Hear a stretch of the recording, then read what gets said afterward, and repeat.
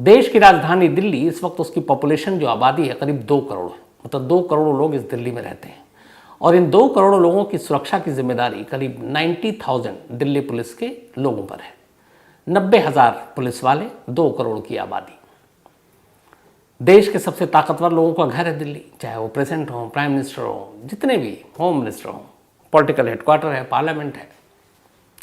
अब इसी दिल्ली में, देश की राजधानी में, 2 करोड़ लोगों की आबादी वाले इस शहर में एक लड़का पूरे 18 दिनों तक ठीक रात 2 बजे अपने घर से निकलता है, अपने पीठ पर एक पिट्ठू बैग रखता है, उस बैग के अंदर कुछ पॉलीथिन है और वो बेखौफ, बिना किसी के डर के, ना पुलिस का खौफ, ना लोगों का कि 2 बजे कोई रोक ले, टोक ले, कोई तलाशी ले, और वो इधर उधर सुनसान इलाका ढूंढता है, कभी जंगल जाता है, कभी किसी और सुनसान इलाके में जाता है, फिर बैग से वो पॉलीथिन निकालता है, फेंकता है, वापस घर लौट आता है। आने के बाद आराम से सो जाता है।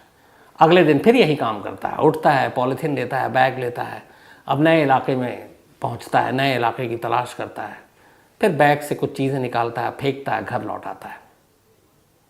फिर तीसरे दिन भी यही करता है, फिर चौथे दिन भी यही करता है। इस दौरान में जब उसे भूख लगती, जोमेटो को ऑर्डर करता, खाना मंगाता, खाना खाता। उसी घर में जिस बेडरूम है वहीं पे फ्रिज है, उसी फ्रिज से पानी निकाल कर पीता, उसी फ्रिज से दूध निकाल कर चाय बनाता और उस फ्रिज में बाकी भी सामान रखे हुए हैं कुछ। 18 दिनों तक ये सिलसिला चलता रहता है और किसी को भनक तक नहीं लगती। 18 दिनों तक एक लड़का हर रात ठीक 2 बजे निकले और 2 से 3 के दरमियान में इधर उधर जाए, कुछ चीज़ें फेंके और चलाए। कभी न पुलिस, न पीसीआर की गाड़ी, न बैरिकेड, न किसी ने टोका रोका। ये देश की राजधानी का हाल है। अब उस बैग में क्या, वो लड़का क्या, ये पूरी कहानी, एक झकझोरने वाली कहानी आपके सामने है।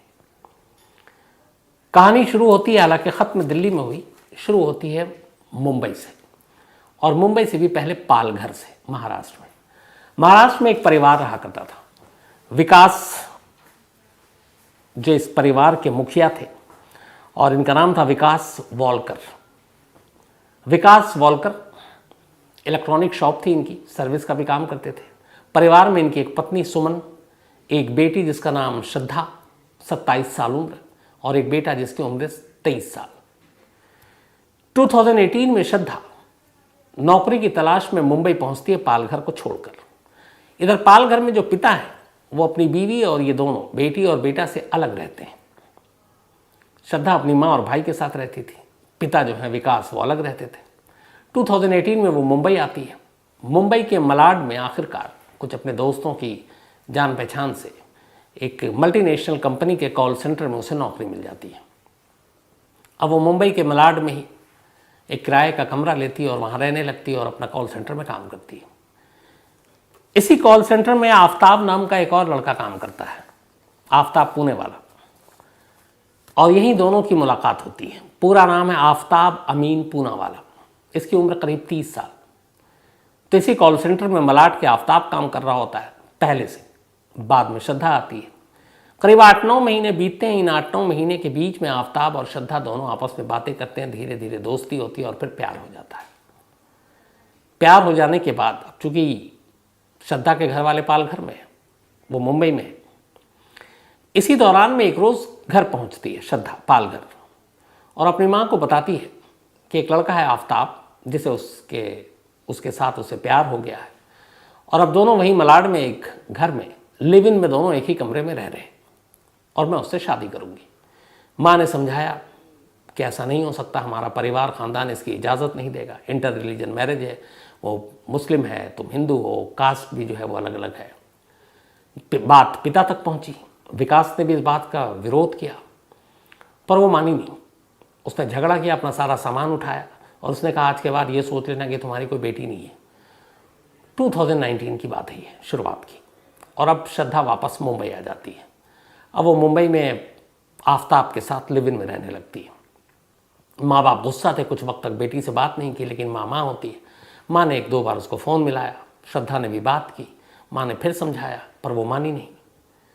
हो सकता था माँ बाद में मना भी लेती, लेकिन तभी जनवरी 2020 माँ सुमन, श्रद्धा की, उनकी मौत हो जाती है।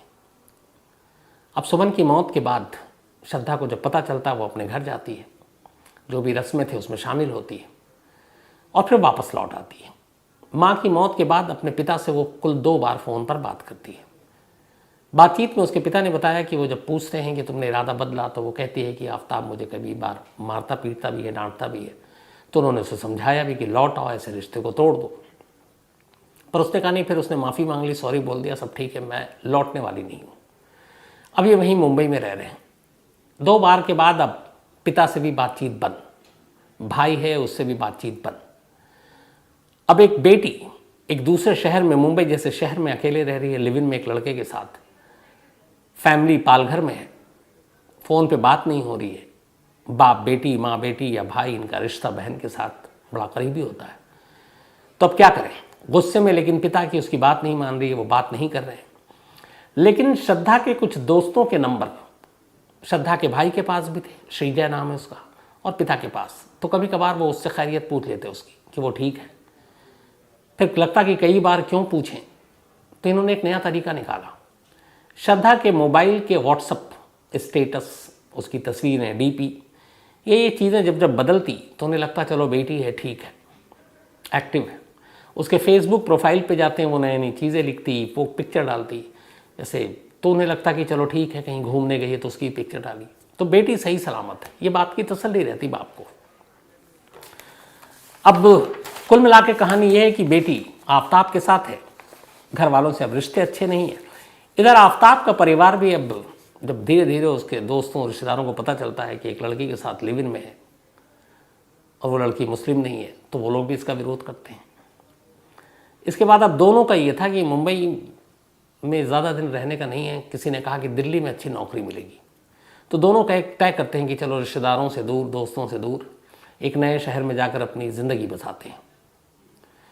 8 मई 2022, 8 मई 2022 को आफ्ताब और श्रद्धा दिल्ली आते हैं ट्रेन से। दिल्ली आने के बाद पहली रात 8 मई को आए थे, 9 मई को यहाँ पहुँचे। इन्होंने पहाड़गंज के एक होटल में रूम लिया और वहीं रात को रुके। नेक्स्ट डे फिर ये एक दूसरे इलाके में जाते हैं, सैजुद्दौला जाब, साउथ दिल्ली में। वहाँ पे ये एक होटल किराए पे लेते हैं और रूम पे वहाँ पे रुकते हैं। 10 मई को इन दोनों के कॉमन फ्रेंड जो मुंबई में था, दिल्ली में रहता है, वो छतरपुर में रहता था। ये दोनों वहाँ जाते हैं और छतरपुर में उसके घर पर रुकते हैं कुछ दिन। रहने के दौरान में फिर उन्हें कहता है कि यहीं पे तुम अपने लिए कहीं घर देख लो। तो छतरपुर में ही दोनों एक घर ढूंढते हैं, हाउस नंबर D93/1 छतरपुर, किराए का एक घर। अब दोनों आफ्ताब और श्रद्धा उस घर में शिफ्ट हो जाते हैं और अब अपनी ज़िंदगी बसाना शुरू करते हैं। 10 के बाद ये 12-13 तारीख तक की बात है। अब ये इन्होंने अपना घर ले लिया। इधर इस दौरान में चूंकि इनके रिलेशनशिप को 2019 से तीसरा साल है ये, श्रद्धा बार बार कहती कि हो गया अब लेवल में, अब हम इस रिश्तों को नाम देते हैं, दोनों शादी करते हैं। आफ्ताब हर बार टालता रहता, कहता ठीक तो हम लोग रह रहे हैं, शादी की क्या ज़रूरत है।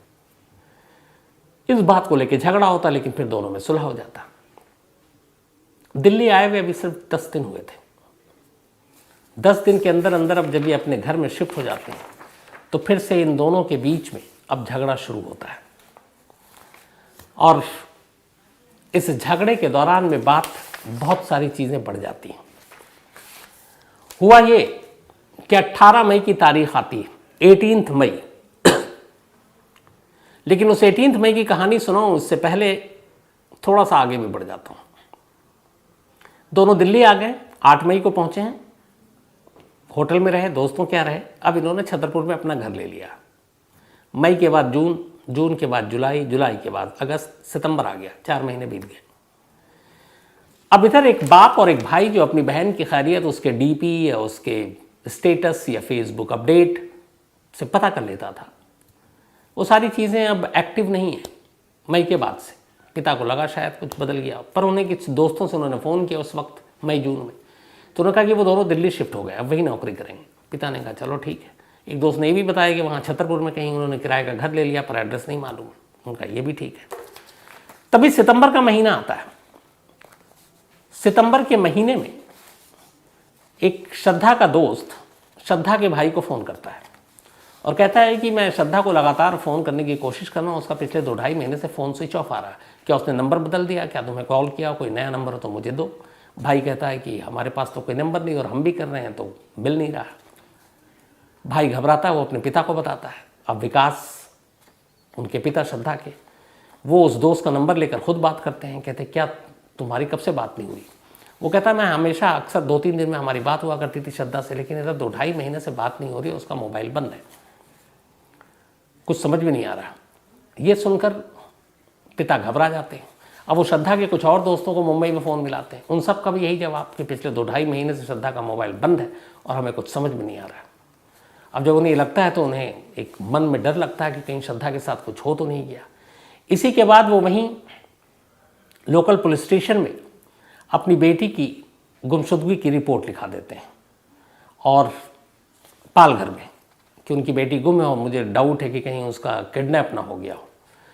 तो अब उन्होंने वहाँ लोकल पुलिस स्टेशन में खबर लिखाई और ये भी लिखाया कि आखिरी उसके बारे में जानकारी ये थी कि वो मुंबई से दिल्ली गई है। तब पालघर के लोकल पुलिस स्टेशन में मुकदमा दर्ज। पुलिस ने कहा कि देखिए आपकी बेटी अगर छतरपुर गई है तो मामला दिल्ली का है और छतरपुर इलाका जो है वो महरौली पुलिस स्टेशन में पड़ता है, तो हम ये केस ट्रांसफ़र कर रहे हैं और दिल्ली पुलिस से हम हेल्प लेंगे। अब उन्होंने दिल्ली पुलिस को पालघर पुलिस ने भेज दिया कंप्लेन। अब इसके बाद दिल्ली में महरौली पुलिस स्टेशन में रिपोर्ट लिखा दी जाती है गुमशुदगी की। विकास जो श्रद्धा के पिता हैं वो दिल्ली पहुंच जाते हैं। दिल्ली आने के बाद 9 नवंबर अभी 5 दिन पहले वो महरौली पुलिस स्टेशन जाते हैं और जाकर कहते हैं कि ऐसी से उनकी बेटी है श्रद्धा, हमने वहाँ रिपोर्ट लिखाई, आपके यहाँ ट्रांसफ़र हुई और उसका कोई अता पता नहीं है, 2-2.5 महीने से मोबाइल बंद है। पुलिस डिटेल लेती है, तस्वीर लेती है, कहाँ रहते हैं, तो बताते हैं कि ये है। फिर किसी तरह से आफ्ताब का नंबर भी मिल जाता है, पुलिस को वो नंबर देते हैं। अब छतरपुर में है लेकिन घर का पता नहीं मालूम है। खैर पुलिस आफ्ताब के मोबाइल को सर्विलांस पे लगाती है, नंबर चालू था, लोकेशन देखती है दिल्ली में ही था। इसी लोकेशन और मोबाइल के ज़रिए, इलेक्ट्रॉनिक सर्विलांस के ज़रिए महरौली पुलिस आफ्ताब तक पहुंच जाती है। आफ्ताब घर में था और जो घर था वो वही महरौली छतरपुर में जो डीएल घर का पता बताया आपको, वहीं रह रहा था। पुलिस जाकर पूछती है कि आपके साथ श्रद्धा रह रही थी, वो कहाँ है? आफ्ताब कहता है कि हमारी लड़ाई हुई थी 18 मई को, 6 महीने करीब पहले, और उस लड़ाई के बाद श्रद्धा गुस्से में घर से निकल गई, बोली मैं वापस मुंबई जा रही हूँ। फिर मैंने उसे काफ़ी फ़ोन करने की कोशिश की लेकिन मोबाइल स्विच ऑफ था, तो उसके बाद मेरी बात नहीं हुई, मैंने भी ढूंढने की कोशिश नहीं की। तो पूछा क्यों झगड़ा हुआ? उसने कहा अक्सर झगड़ा होता था, फिर बार बार एक ही चीज़ को लेकर होता था, वो था शादी। अब पुलिस ने आफ्ताब के मोबाइल से ये चेक किया तो पता चला कि श्रद्धा का मोबाइल 18 मई के बाद से 19 मई से ही स्विच ऑफ है और कभी आफ्ताब ने उसको कॉल करने की कोशिश भी नहीं की। बार बार जब उसे सवाल किए गए तो वो अपने कई बयान से पलटता रहा, कई बार कुछ बोलता, कई बार कुछ बोलता। पुलिस को डाउट हुआ। आखिरकार पुलिस उसे फिर महरौली थाने लेकर आई और तसल्ली से पूछताछ की। तसल्ली से जब पूछताछ की तो इसके बाद आफ्ताब ने एक ऐसी कहानी सुनाई जो शायद 2 करोड़ की आबादी वाले इस दिल्ली शहर और 90,000 की दिल्ली पुलिस की मौजूदगी में न ऐसी कहानी इससे पहले सुनी गई न सुनाई गई। एक रोंगटे खड़े कर देने वाली कहानी, हैवानियत की इंतहा की कहानी। उसने जो कहानी सुनाई वो ये कि दिल्ली आए हुए 10 दिन हो चुके थे। उसने किराए का घर ले लिया था, छतरपुर में रह रहा था। 18 मई की रात खाना खाने के बाद श्रद्धा के साथ उसका झगड़ा हुआ। फिर बात शादी में आई, उसने शादी करने के लिए कहा, मैंने उसको टाला और इस बात पे बात बढ़ गई। मुझे बहुत तेज़ गुस्सा आया, मैंने उसका गला ज़ोर से पकड़ लिया और फिर मैं तब तक दबाता रहा जब तक कि उसकी सांसें टूट नहीं गई। श्रद्धा मर चुकी थी। कत्ल करने के बाद अब वो आराम से उस लाश के साथ उसी कमरे में बैठता है। अब सोचता आगे क्या करना है। इसके बाद उस लाश को एक तरफ रखता है। मई का महीना है, दिल्ली में उमस और गर्मी है, और आराम से उसी कमरे में सो जाता है जिस कमरे में उसने अभी अभी श्रद्धा को मारा और उसकी लाश पड़ी हुई है। सुबह उठता है। सुबह उठने के बाद वो मार्केट जाता है। वहीं लोकल मार्केट में एक तिलक इलेक्ट्रॉनिक शॉप है, वहाँ से एक बड़ा सा फ्रिज खरीदता है। एक दूसरी दुकान से आरी खरीदता है। तीसरी दुकान से कुछ पॉलीथीन खरीदता है। एक पिट्ठू बैग खरीदता है। ये सब सामान लेकर घर आता है। दोपहर के बाद वो श्रद्धा की लाश को बाथरूम में ले जाता है। अब बैठकर वहाँ तसल्ली से आरी से श्रद्धा की लाश के टुकड़े करता है। लाश के टुकड़े करता, पॉलीथीन में डालता, पॉलीथीन के एक तरफ कर देता। अब एक ही दिन में पूरी लाश के टुकड़े नहीं हो सकते थे, आधे अधूरे टुकड़े हुए। उसने उन पॉलीथीन के टुकड़े को फ्रिज में रखा, बाकी जो लाश अभी आधी अधूरी थी उसको भी फ्रिज में उसने किसी तरह घुसा दिया। उसी फ्रिज में उसके पीने का पानी था, उसी फ्रिज में दूध थी जिससे वो चाय बनाता था, और फ्रिज बंद कर दिया। बाथरूम को धोया। लगभग अब लाश 24 घंटे पुरानी हो रही थी, मई का महीना, गर्मी, उमस, बदबू आने लगी। उसने बाथरूम को धोया, पूरा बाथरूम को। इसके बाद परफ्यूम पूरे कमरे में दरवाजे पर छिड़का ताकि बाहर बदबू ना जाए। फिर जोमेटो को ऑर्डर किया, खाना मंगवाया, खाना खाया, उसी फ्रिज से पानी निकाली जिस फ्रिज में लाश के टुकड़े हैं, और इत्मीनान से सो गया कुछ देर के लिए। ठीक रात 2 बजे वो घर से निकलता है, 19 मई। कुछ टुकड़ों को एक पिट्ठू बैग में डालता है, बैग को कांधे पर डालता है, दरवाज़ा लॉक करता है, घर से बाहर जाता है पैदल जाने के बाद वहाँ से थोड़ी दूरी पर महरौली का जंगल शुरू होता है। कुछ लोग टकराए भी, किसी ने पूछा नहीं, लोग आ जा भी रहे थे, लेकिन लोगों की भीड़ कम थी। महरौली जंगल सुनसान। वहाँ से उसने बैग खोला, पॉलीथीन निकाली और जंगलों के बीच में उसे उछाल कर फेंक कर वापस घर आ गया। घर आया, बैग रखा, सो गया। अगले दिन सुबह उठता है, उसे फ्रिज से दूध निकालता है, चाय बनाता है, चाय पीता है, नाश्ता करता है, फिर लग जाता है बाथरूम में बैठकर उनको टुकड़ों को करने के लिए। टुकड़े करता है, फिर पॉलीथीन में डालता है, फिर बाकी हिस्सा फ्रिज में रखता है, फिर जोमेटो से ऑर्डर देता है, खाना मंगाता है, खाना खाता है। अब रात 2 बजे का इंतज़ार कर रहा होता है, फिर 2 बजता है, फिर कुछ टुकड़ों को बैग में डालता है, निकल पड़ता है। इस बार महरौली जंगल के अलावा कोई दूसरी सुनसान जगह देखता है, एक सुनसान जगह है, वहाँ पर भी ले जाकर टुकड़ों को उछाल देता है पॉलीथीन समेत। फिर घर आता है, फिर सो जाता है। 18 मई से लेकर 5 जून तक यह सिलसिला चलता रहता। 18 मई के बाद 19 मई से उसने शुरू किया था बाहर निकलना, और 5 जून आखिरी किश्त उसने फेंकी थी। 19 मई से लेकर 5 जून, और रात टाइम चुना था ठीक 2 बजे का। हर रात 2 बजे ही निकलता वो। महरौली के जंगल, छतरपुर, आसपास के, और कभी एक जगह पर नहीं फेंकता, अलग अलग है। उसे ये था कि अगर कभी कोई कहीं किसी के हाथ टुकड़ा लग भी जाए तो लाश की असलियत नहीं पता चले, और तब तक पता नहीं चलेगी जब तक टुकड़ों एक ना हो। तो फेंकता रहा, बेखौफ रात को निकलता रहा लाश के टुकड़ों के साथ। कभी डर नहीं लगा कि पुलिस पकड़ लेगी या लोग पकड़ लेंगे, तलाशी होगी।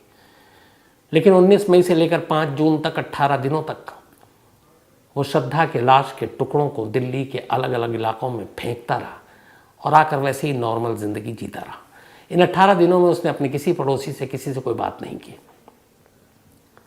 5 जून को जब सारी लाश की किस्त खत्म हो गई, फिर उसने फ्रिज को साफ किया और उसके बाद उसी जगह रहने लगा। हौसला इतना उसका कि उसे ये यकीन था कि शायद कभी उस तक पुलिस नहीं पहुंचेगी, कभी वो पकड़ा नहीं जाएगा, इसलिए उसने उस फ्रिज को भी डिस्ट्रॉय नहीं किया। पढ़ा लिखा था, उसे मालूम है कि फॉरेंसिक एविडेंस इस फ्रिज से कलेक्ट हो सकता है, बट ओवर कॉन्फिडेंस और खौफ का ना होना। वो आराम से उसी घर में रहा। 6 महीने बीत गए। 18 मई को कत्ल किया था, और अभी 13 जून, कल की बात है ये। लगभग 6 महीने किसी को कानो कान खबर नहीं हुई कि दिल्ली में एक लड़की का कत्ल हुआ। उस लड़की का एक घर के अंदर उसकी लाश के टुकड़े हुए। उस लड़की के उस लाश के टुकड़ों को 18 दिनों तक एक शख्स हर रात 2 बजे लेकर निकलता रहा और फेंकता रहा दिल्ली के अलग अलग इलाकों में, और लोग तो छोड़िए, पुलिस तक को इसकी भनक नहीं लगी।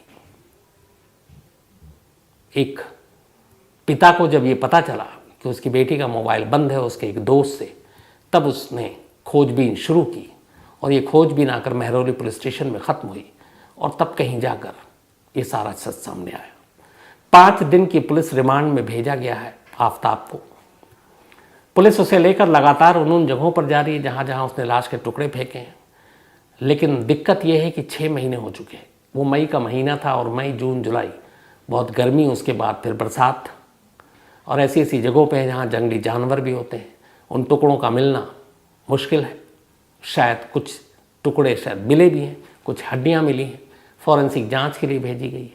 पुलिस ने उस फ्रिज को अपने कब्जे में लिया, फॉरेंसिक जांच के लिए भेज दी, उससे पता चल जाएगा, क्लियर हो जाएगा। जो कुछ हड्डियाँ और बाकी चीज़ें मिली हैं उसके डीएनए से भी पता चल जाएगा कि ये लाश श्रद्धा की ही है। और आफ्ताब इस वक्त दिल्ली पुलिस की हिरासत में है। अब यहाँ पे कई चीज़ें हैं। एक, हमेशा एक कहते हैं माँ बाप बच्चों से कि तुम्हारी भलाई के लिए कह रहे हैं, तो अगर माँ बाप की बात सुन ले बच्चे तो बहुत सारी चीज़ें ना हो, पहली चीज़। दूसरी, ऐसे बहुत सारे इंसिडेंट, ऐसी बहुत सारे वारदात वाक़े मैंने सुना है आपको इसी कहानी में, और मैं खुद सुनता हूँ, कवर किया एज ए क्राइम जर्नलिस्ट, जहाँ पे रिश्तों के लेके खून होता है। पति पत्नी के बीच में कोई और, गर्लफ्रेंड बॉयफ्रेंड, लिव इन में रहने वाले। एक बड़ा सिंपल और सीधी सी चीज़ है। दो इंसान जब रिश्तों में होते हैं तो दोनों एक साथ मर्जी से आते हैं, दोनों एक दूसरे को मर्जी से पसंद करते हैं, एक दूसरे को मर्जी से प्यार करते हैं, रहने का फैसला उनकी मर्जी से होता है। तो अगर न रहना हो, अलग होना हो, डिवोर्स लेना हो, या फिर एक दूसरे से रिश्ता ख़त्म करना हो, तो क्या इसमें दोनों की मर्जी से इस मसले का हल नहीं हो सकता? किसी की जान लेने की नौबत क्यों आनी चाहिए? इस केस में भी अगर शादी की बात थी, नहीं थी, और वो जिद कर रही थी, आफ्ताब ये भी कर सकता था कि ठीक है, मैं नहीं रहूँगा तुम्हारे साथ और नहीं करूँगा शादी, तुम्हें जो करना कर लो, और अलग होना है।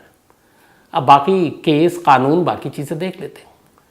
लेकिन उसे जान लेने का हक, और इस बेदर्दी से, एक तो पहली चीज़ कि जिसके साथ आप लगभग 3-4 साल से रिलेशन में हो, जिसके साथ आपने प्यार किया, कैसे वही इंसान उसी शख्स का एक तो कत्ल कर सकता है और फिर यूं हैवानियत की तरह उसके लाशों के टुकड़े कर सकता है? सोच से परे की चीज़ है। लेकिन अफसोस की बात यह है कि हमारे इर्द गिर्द, हमारे समाज में, अलग अलग शहरों में, इस देश में, दुनिया में ऐसे वाक्य सुनने को मिलते रहते हैं और ऐसा होता है। फिर वही बात होगी, कड़ी से कड़ी सज़ा मिलनी चाहिए, इसके लिए कोई और रहम की गुंजाइश नहीं होनी चाहिए। बिल्कुल है, लेकिन उन माँ बाप, उसके दोस्तों पे क्या बीतेगी जब उन्हें इस कत्ल की पूरी असलियत और जिस तरीके से कत्ल के बाद सारी चीज़ें की गई, उसकी बारीकियों से जब उन्हें जानकारी मिलती है। क्योंकि आपका तो ये है कि मैंने ये कहानी सुनाई, ये इंसिडेंट हुआ, आपको बताई, हम भूल जाएंगे। लेकिन ये मामला कोर्ट में जाएगा। जब कोर्ट में जाता है तो हर चीज़ बहुत डिटेल में, माइनर डिटेल में जाती है। पुलिस या आईओ को बताना पड़ता है कि उन्होंने क्या क्या कलेक्ट किया, उन्हें बताना पड़ता है। दोबारा कोर्ट के सामने, उस माँ बाप के सामने वो सारी रिपीट करनी पड़ती है, वो पूरी स्टोरी, वो कत्ल का तरीका, कत्ल के बाद लाशों को टुकड़े करने का तरीका, उसे छुपाने का तरीका। और उसी कोर्ट रूम में बैठा वो माँ बाप, उसका रिश्तेदार सुन रहा होता है। तो सोचिए, जब ये सारी चीज़ें हुई, एक तो हो गया, फिर से वही बाप और भाई को सुनने को मिलेगा, तो फिर उनके दिल पे क्या बीतेगी। तो निहायत अफसोस। लेकिन यहाँ उससे भी बड़ा एक दूसरा सवाल जो मैंने शुरू में कहा कि किसी की कैसे हिम्मत हो सकती है, लॉ एंड ऑर्डर या पुलिस का इसका मतलब है खौफ ही नहीं है दिल में। एक आदमी, जैसे बहुत सारे एग्जाम्पल हैं, अगर आप दिल्ली की कई बॉर्डर लगती है, दिल्ली है, आपका हरियाणा है, इधर राजस्थान है, यूपी है, तो कहते हैं कि 2 बॉर्डर के बीच में अगर कोई शराब की 2-4 बोतल लेके जाता है तो डर रहा होता है कि अगर मैं दिल्ली से चला हूँ, नोएडा बॉर्डर पर पकड़ न ले पुलिस वाले, एक खौफ होती है। एक शख्स पूरे 18 दिनों तक टाइम का पाबंद, रात 2 बजे लाशों के टुकड़े बैग में डालकर कंधे पर रखकर दिल्ली में घूम रहा है, और एक बार भी किसी पुलिस वाले की नज़र नहीं पड़ी।